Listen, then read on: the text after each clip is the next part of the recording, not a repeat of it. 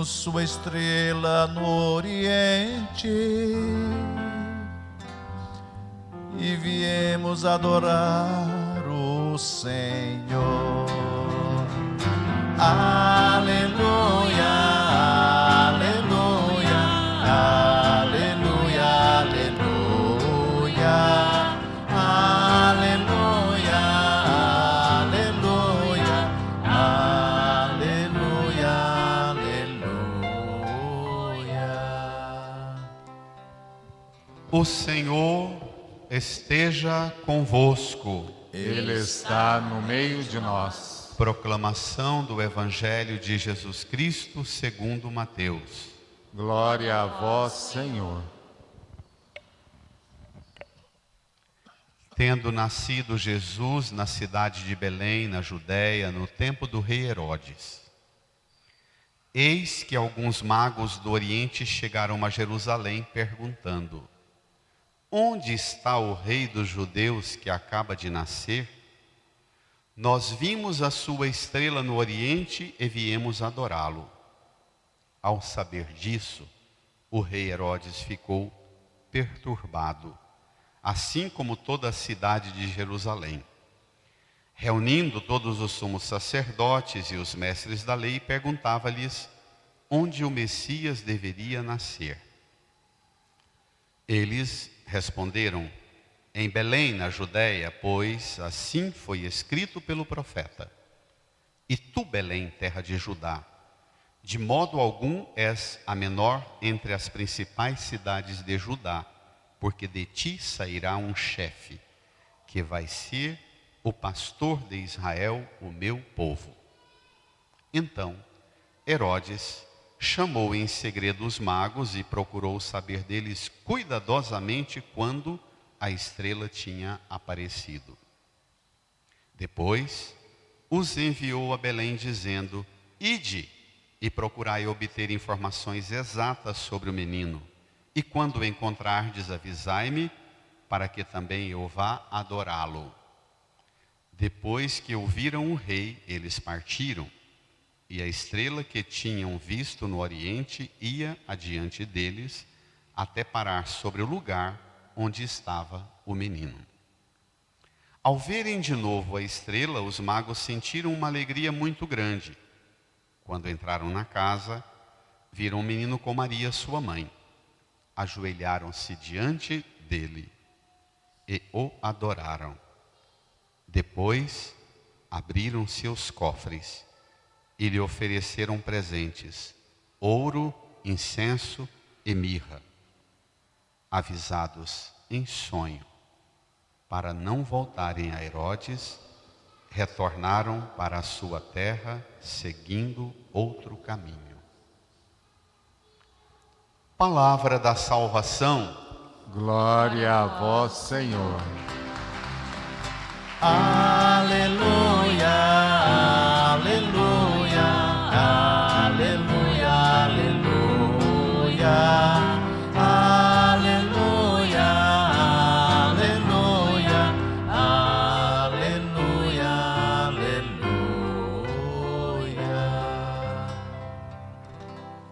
Nos recolhamos num tempo em oração, peçamos ao Divino Espírito Santo o auxílio necessário para que também nós compreendamos esta palavra da Escritura que foi proclamada e agora é pregada para a nossa salvação.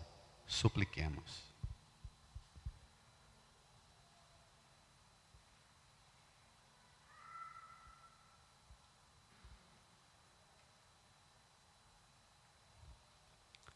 Amém. Irmãs e irmãos, celebramos hoje, que antigamente era o dia 6 de janeiro, a festa da visita dos magos a Belém. No Brasil, por peso dos dias santos, foram transferidas muitas festas para o domingo mais próximo. Assim também a festa da visita dos magos a Belém foi transferida para o domingo mais próximo. Portanto, hoje e não dia 6, é que nós celebramos a festa dos Santos Reis, chamada com o nome grego de Festa Solene da Epifania, festa da manifestação de Deus, que em Jesus trouxe a luz da salvação para todos os povos. Esse salto de qualidade e de quantidade, até hoje ele não é muito digerido. Toda a riqueza e herança que Israel viveu na relação com Deus no Antigo Testamento, houve no correr da história do Antigo Testamento uma confusão. Deus escolheu Israel, um povo, uma nação, para através deste povo e com este povo iniciar uma comunicação de Deus com a humanidade e a partir de Israel se revelar a todos os povos. O problema é que Israel cometeu um erro como nós cometemos até hoje. Israel passou a ficar muito orgulhoso porque foi o povo escolhido. E fez da eleição, o fato de ter sido escolhido por Deus, para Deus se revelar a ele, fez desse orgulho o centro. Então passaram a ter uma tradição religiosa muito mais voltada ao fato de nós sermos o povo que Deus escolheu, do que a revelação que Deus faz através dele. Está entendendo a diferença? Uma coisa é, nós somos os escolhidos. A outra coisa é, Deus se revela a todos os povos através de nós. Então o centro é Deus, e não nós os escolhidos. Numa certa altura da história da salvação, Deus rompe, como hoje, e inicia quase do zero uma comunicação com todos os povos e diz, olha, a partir de agora, cessa essa eleição e há uma eleição nova. A eleição agora é Deus que se revela a todos. No finalzinho da segunda leitura da carta aos Efésios, Paulo fala do mistério que Deus acaba de revelar agora. O mistério consiste no seguinte: os pagãos são admitidos à mesma herança, são membros do mesmo corpo e são associados à mesma promessa em Jesus Cristo. Mesma herança, mesmo corpo e mesma promessa. Isso para os judeus deu briga demais e dá briga até hoje. É difícil engolir e aceitar que Deus é Deus para todos os povos, todas as culturas. Vamos lá? No Evangelho, número 9 do seu folheto. Mateus capítulo 2, versos 1 a 12.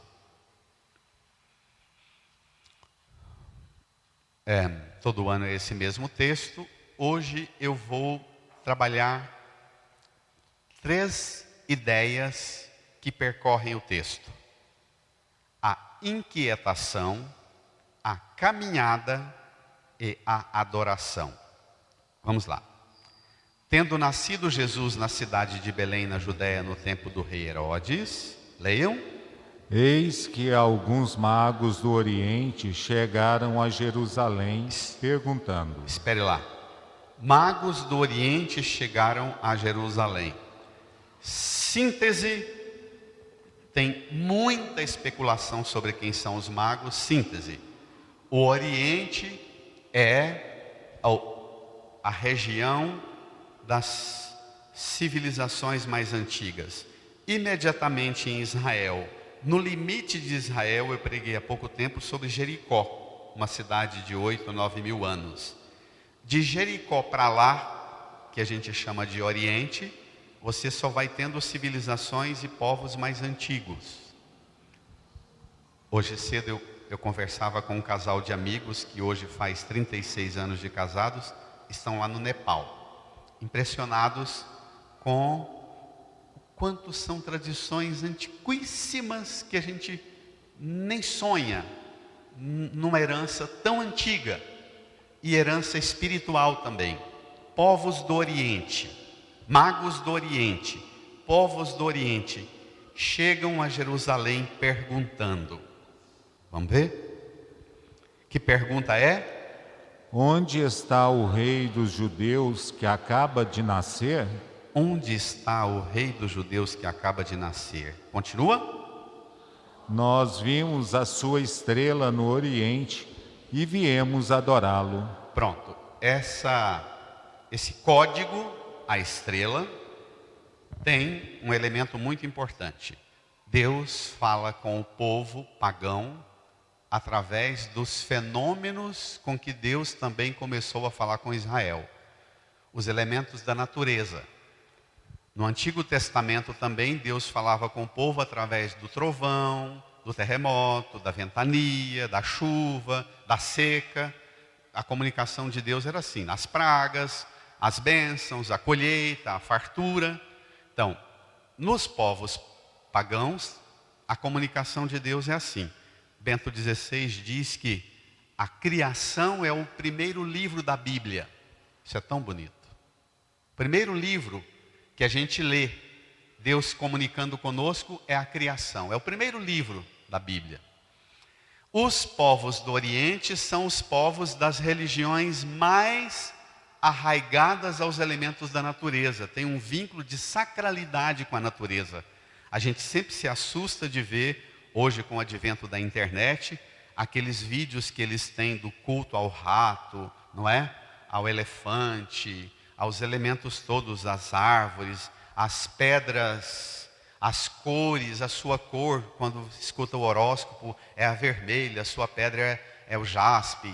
E esses elementos da natureza que comunicam o código daquilo que entra na esfera do sobrenatural. Aquilo que a gente não sabe verbalizar, vai um código subjetivo, essa pedra, essa cor, a estrela, a chuva. Esse é o primeiro livro. Então, os magos estão ainda no primeiro livro. Israel já tem aqui, aproximadamente, de quando Deus chamou Abraão e Sara até Jesus, são mais ou menos 1850 anos. Israel já tem aproximadamente 1850 anos, que é guiado primeiro pelos elementos da natureza e depois pelos livros da palavra.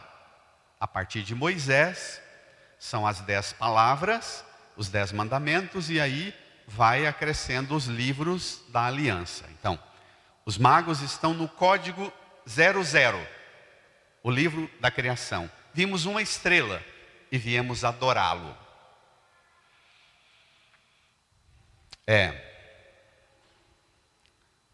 Ontem, dia 6, o Santo Padre, o Papa Francisco, fez uma pregação belíssima sobre este Evangelho, que é o elemento da inquietação. Reportando a Santo Agostinho diz que Deus, ao criar o ser humano, colocou dentro de nós, para não nos obrigar a adorar e servir a Deus, criou-nos e pôs dentro de nós um dom da inquietação, do desejo de Deus. Você ativa essa inquietação, alimenta e busca Deus, ou você cancela essa inquietação e compensa essa inquietação com um monte de coisa, não é? Com tudo, existe uma indústria para alimentar você e ajudar você a buscar compensar essa inquietação, um monte de outras coisas. Dos vícios, da bebida, da droga, da internet, os vícios, do consumismo, da comida, vícios, compulsões, para tentar quietar essa inquietação, sossegar essa inquietação aqui dentro. Os magos representam aquelas pessoas que se deixam ser conduzidas por uma inquietação, mas não é uma inquietação horizontal. É uma inquietação do alto, vertical, um elemento do alto, uma estrela no céu que os move. Nós somos domesticados a ser uma sociedade de compulsivos, em que a gente vai no faro do que está na vitrine. Francisco diz que nós temos que levantar o olhar, tirar o olho da vitrine e erguer o olhar. Buscar enfrentar essa inquietação aqui a partir de uma referência transcendente, elevada. Vamos ver no que dá? Tome comigo. Olha que coisa bela. Viemos adorá-lo. Essa palavra é a conclusão, esse verbo do Evangelho. É a razão da busca, a adoração. Vimos uma estrela. Deus dá sinal. Deus põe em você a inquietação, mas Deus também te dá sinais. Continuemos. E viemos adorá-lo. Versículo 13. Ao saber disso, o rei Herodes ficou perturbado, assim como toda a cidade de Jerusalém. Espere lá. O rei Herodes e a cidade de Jerusalém ficaram o quê? Perturbados. Eu queria propor para você um exercício chato. De fazer uma pergunta se você é inquieto ou se você é perturbado.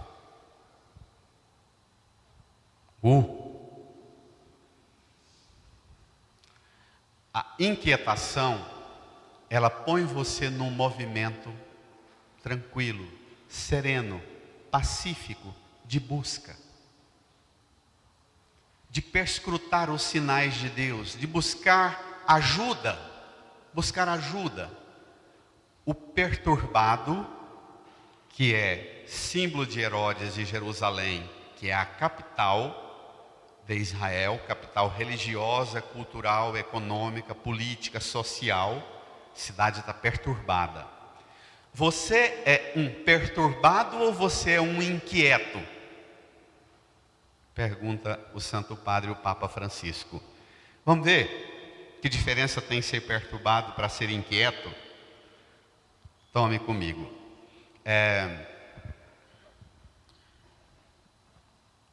Versículo 4. O perturbado, o rei Herodes, reunindo todos os sumos sacerdotes e os mestres da lei, perguntava-lhes onde o Messias deveria nascer. Versículo 5, eles responderam, leiam. Em Belém, na Judéia, pois assim foi escrito pelo profeta. Brada. E tu, Belém, terra de Judá, de modo algum és a menor entre as principais cidades de Judá, porque de ti sairá um chefe que vai ser o pastor de Israel, o meu povo.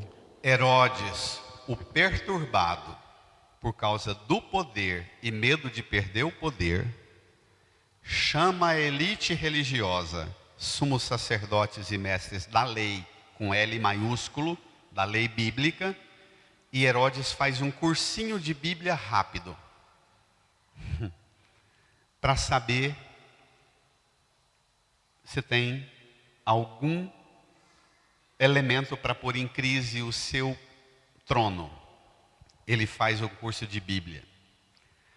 Sumos sacerdotes e mestres da lei dão-lhe a formação bíblica. Ele está perturbado. Os sumos sacerdotes e os mestres da lei, assim como o rei, eles não sabem se nasceu ou não. Sabe até onde é. Sabe da dinastia davídica, mas não sabem ver os sinais de Deus hoje, agora. O rei, os judeus, os sacerdotes e os especialistas em lei religiosa sabem das grandes ilusões das castas de poder, mas não sabem porque não olham para o céu. Olham para o poder, o privilégio, o saber, as letras, os títulos que têm, sem céu. interpretam as Escrituras pontualmente, mas têm uma situação radical de cegueira, porque não olham para o céu, olham para si. Aqui está a distinção entre um perturbado e um inquieto. O inquieto olha para o céu, o perturbado olha para si. É Narciso o tempo inteiro. Vício de trono, de poder, de privilégios e de prestígios. Nós vivemos numa sociedade que descobriu o poder de retroalimentar nossa perturbação e nossa inquietação. Trata a todos nós como meros consumidores de comida, de bebida, de remédio, de moda, de flash, de like, não é? Você sabe identificar se você está no campo das inquietações das coisas do céu ou se você é um perturbado por carguinhos ou cargos grandes de Herodes? Há uma grande marcha, apesar dos Herodes, dos sumos sacerdotes e dos especialistas em lei, dos donos da religião, que nos fechamos nos templos, nas leis, nas tradições e concentramos muito mais o olhar das pessoas em nós, seguindo-nos, mas para além do poder de Herodes e dos poderes religiosos de hoje, há uma grande marcha dos povos, dos pagãos, uma grande marcha da ciência, da razão humana. Há uma grande inquietação de homens e mulheres desejando uma resposta mais profunda do que a dos palácios, dos tronos deste mundo. Não há? Não há? Vem. Pronto. Fez o curso bíblico.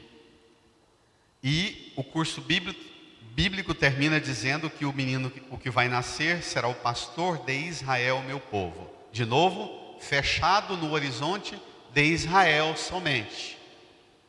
Pensam segundo o modo do Antigo Testamento, a eleição de Israel. Não há problema. Nós somos o povo eleito e Deus está a serviço da nossa eleição. É um Deus a serviço de nós. Nós somos o centro. Narciso, eu disse. Pronto.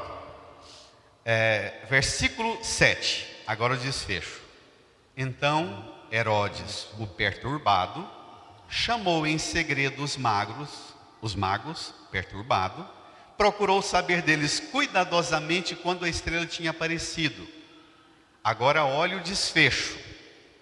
Chamou e depois, versículo 8, os enviou a Belém. Olha a presunção do perturbado.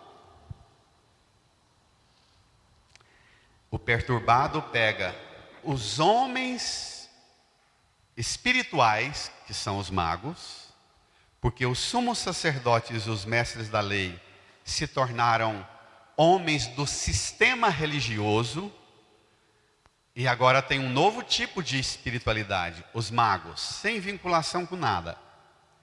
E Herodes tem a presunção de ser aquele que os envia. Não tem coisa mais prazerosa para os Herodes de sempre, de todos os tempos, do que pegar os líderes religiosos e patrocinar a viagem deles. Estão entendendo do que eu estou falando? Espero. Nós, pregadores, líderes de todas as religiões, somos constantemente abordados, requeridos por Herodes, para fazermos nossa busca espiritual agradecidos, porque é o rei que nos envia. E ele envia os magos. Os enviou a Belém dizendo, leia, ide versículo 8. Depois os enviou a Belém dizendo, leia, Ide e procurai obter informações exatas sobre o menino. Continua. E quando o encontrardes, avisai-me, para que também eu vá adorá-lo. Pronto. Ele quer adorá-lo, ele quer matá-lo. A cena imediata desse relato é que os magos não voltam para lá, ele fica revoltado e manda matar a meninada recém-nascida. Ele é um perturbado, é Narciso. Tudo tem que voltar para ele. Ide, a estrela guiou vocês até mim. Vocês vão lá e encontram e voltem a mim. É o centro. Está entendendo? A religião passa a ficar a serviço de Herodes. A busca, a inquietação mística, a transcendência, a revelação de Deus passa a estar a serviço de Herodes. Pronto, versículo 9. Pronto, primeiro é inquietação ou perturbação. Agora vem o elemento que percorreu até aqui e que continua, versículo 9. Depois que ouviram o rei, eles partiram. E a estrela que tinham visto no oriente, leia, ia adiante deles, até parar sobre o lugar onde estava o menino. O que o evangelista Mateus está fazendo com essa nota? E a estrela que ia adiante deles, desde o oriente, é para dizer que essa busca dos magos e esse encontro com Jesus não é obra do poder de Herodes. Está claro? Que essa busca, ela é fruto dos sinais de Deus e quem conduz é Deus. Herodes, a igreja, os que buscam a Jesus não podem ser enviados por Herodes. Ainda que uma hora ou outra a gente perca o caminho, desorienta nas ideologias de direita ou de esquerda e começamos até a ficar a serviço das lideranças de direita ou de esquerda, mas a estrela que tinham visto no oriente ia diante deles, até parar sobre o lugar onde estava o menino. Uma pergunta dolorosa. Quem guia a sua caminhada espiritual é a estrela do oriente ou Herodes? Não responda para mim. Quem guia seu anseio, sua busca, sua transcendência, sua inquietação, seu desejo de encontrar paz aqui dentro, que nada do que você viu até hoje, em todas as tradições religiosas, práticas místicas, revelações, superstições, nada te deu. Quem guia sua busca são os Herodes, os homens de poder, os sumos sacerdotes e mestres da lei, homens de poder religioso, que sabem, mas ficam engessados na religião em Jerusalém, ou é a estrela do Oriente? Daqui um pouco você vai ver o que é a estrela do Oriente. Até parar no lugar onde o menino estava. Versículo 10. Olha que beleza. Ao verem de novo a estrela, os magos sentiram uma alegria muito grande. Inquietação, caminhada, buscar e alegria. Inquietação, caminhada, alegria. Um dos sintomas para ver se você está perturbado ou inquieto é que a perturbação tira a sua alegria. A perturbação te faz franzir a testa e ficar tenso com todo mundo. A inquietação, ela te mantém doce no espírito, dócil no espírito. A alegria, a inquietação, ela não tira de você a capacidade de levantar os olhos e ver sempre os sinais de Deus te conduzindo. A inquietação não te deixa engessar nos padrões dos sumos sacerdotes, do mestre da lei e de Herodes. A inquietação te faz levantar os olhos para o céu e não para os tronos dos poderosos daqui. Está claro? Então veja no que vai dar. Olha que coisa bela. Tem alegria, é inquietação. tem tensão, é perturbação. Versículo 11. Quando entraram na casa, leiam. Viram o menino com Maria, sua mãe. Ajoelharam-se diante dele e o adoraram. Pronto. Adoração. A inquietação te leva a adorar. A perturbação te leva a brigar pela verdade da religião. Entendeu? A brigar pelas doutrinas e normas e regras, pela tradição da religião. A inquietação te leva a ser adoradora, adorador. A perturbação te leva a brigar pelas estruturas de poder social, cultural, religioso, político, econômico. Fica por conta das coisas horizontais. A adoração, nós católicos temos uma noção pobre sobre adoração. Os evangélicos dos últimos 30 anos descobriram que adoração é montar um palco, colocar super bandas e serem adoradores com música gospel e que você vai num frenesi, tuque, tuque, tuque, até todo mundo entra num transe. Então, é o palco que te leva a adorar. Nós católicos também temos uma visão pobre sobre adoração. A gente acha que adorar é chegar diante do Santíssimo, pegar o terço, rezar, abrir a bolsa, ler umas rezas do vô, da avó, do bisavô, do tio, da tia, da madrinha. Tudo coisa boa, bonita, edificante, que te ajuda, mas isso não é adoração. Isso te prepara para adorar, mas não é adorar. Adoração, diz Bento XVI, é o que ocorre na Santa Missa. Tem gente que desvincula a adoração da Santa Missa. A adoração por excelência é quando você se põe na presença de Deus e você entra na esfera do sagrado, você mergulha na realidade de Deus e você sente Deus entrar na realidade da sua humanidade. Isso é que é adoração. Talvez tenha muita gente aqui que nunca tenha experimentado isso na vida, mesmo da missa. A Eucaristia é, por excelência, o culto perfeito da adoração. Jesus, antes de entregar sua vida aqui, ele pegou o pão e o vinho e falou: tomai e comei. Isso é meu corpo, tomai e bebei, isso é meu sangue. A Eucaristia, Deus, no pão e no vinho, hoje vocês vão receber a Sagrada Comunhão sob as duas espécies.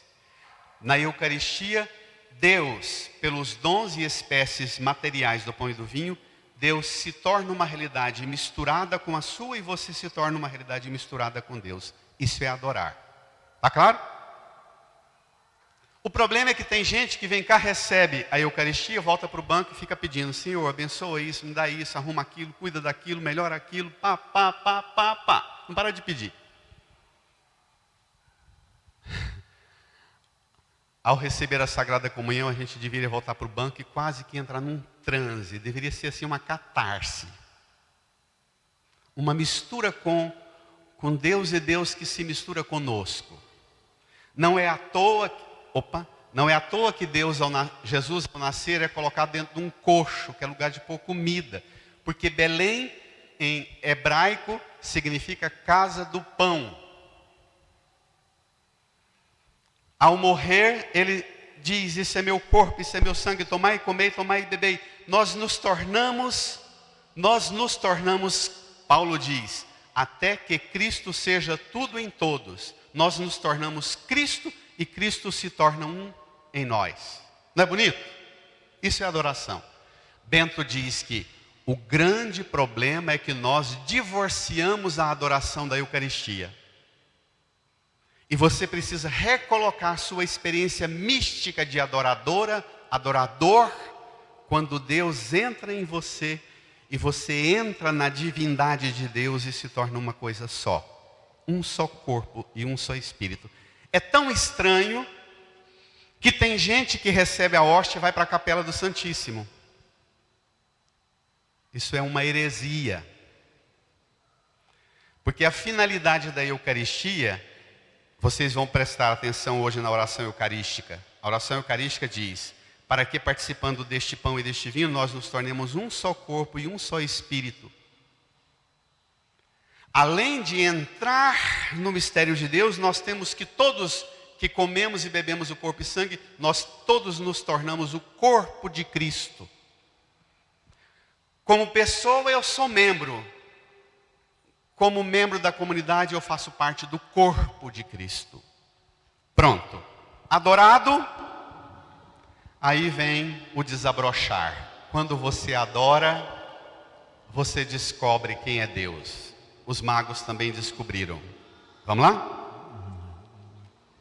Depois abriram seus cofres e lhe ofereceram presentes: ouro, incenso e mirra.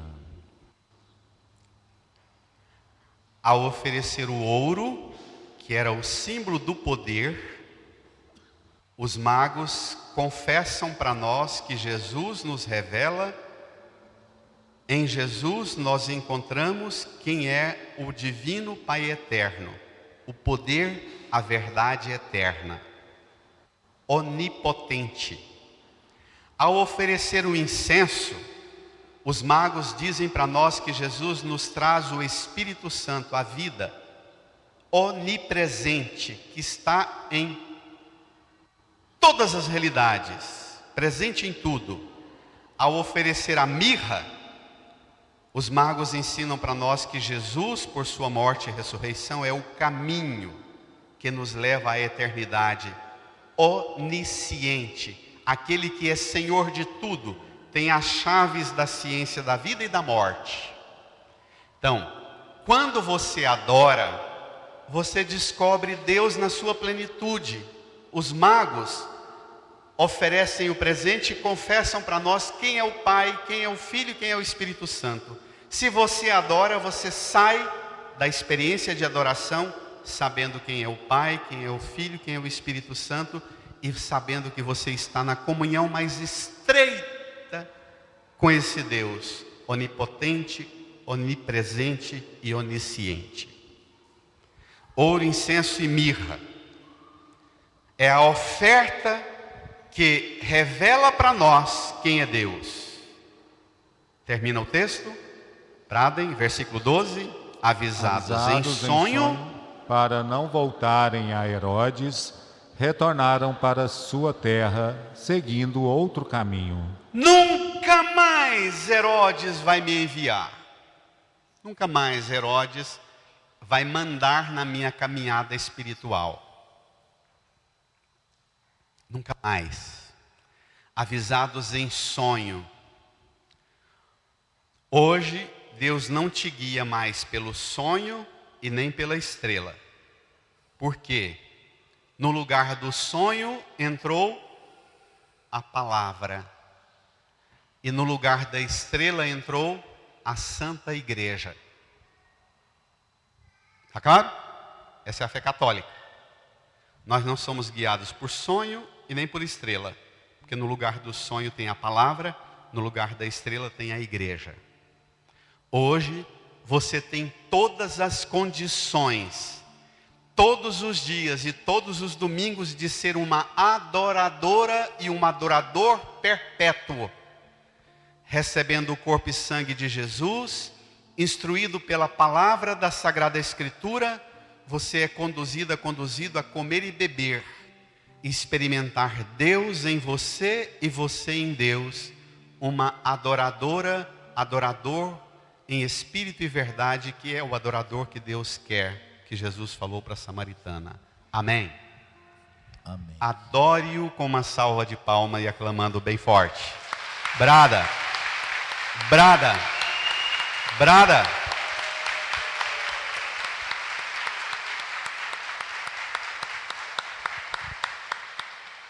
Agora eu vou te propor um exercício. Que o Senhor te liberte dos enganos. Gente, o limiar entre inquietação com as coisas espirituais e perturbação com os poderes de Herodes é muito tênue. Você saltar para o lado do perturbado, e nós estamos numa sociedade de perturbados. Nós achamos que a perturbação é a coisa mais normal. E você precisa não ser perturbado, mas inquieto, querendo adorar. Amém? aceite os sinais de Deus. A palavra, a igreja, que te guia para ser adoradora, adorador. Incline a sua cabeça, estabeleça um diálogo profundo com Jesus. Como os magos abriram os seus cofres, hoje o cofre seu não é o bolso, não é o cartão de crédito. Hoje o seu cofre é o seu coração. Crer e confessar que Jesus é o Senhor, que Ele é o caminho que leva ao Pai, que Ele te dá o Espírito Santo, que Ele te sustenta nessa caminhada, nessa inquietação, nessa caminhada e nessa adoração permanente. Fale com Jesus e peça para Jesus tirar de você tudo que te faz ser perturbada, perturbado, às vezes perdido, como os magos, procurando resposta em lugar errado, como foram procurar a Herodes.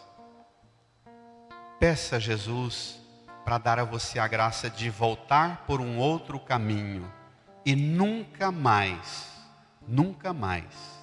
buscar Deus nos caminhos de Herodes. Fale com Jesus.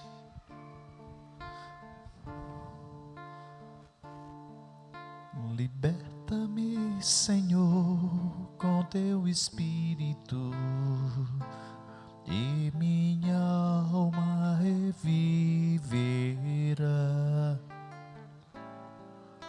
Liberta-me, Senhor, com teu Espírito, e minha alma reviverá.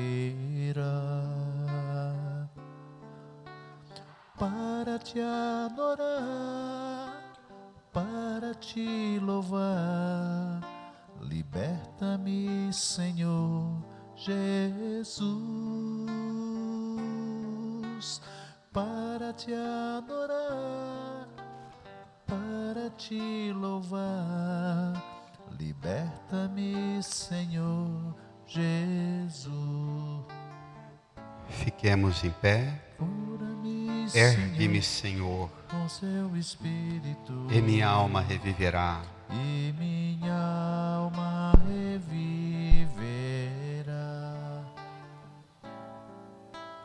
Ergue-me, Senhor, com teu Espírito. Volta para o presépio. E minha alma reviverá. Para te adorar. Para te adorar, para te louvar. Ergue-me, Senhor Jesus, para te adorar, para te louvar. Ergue-me, Senhor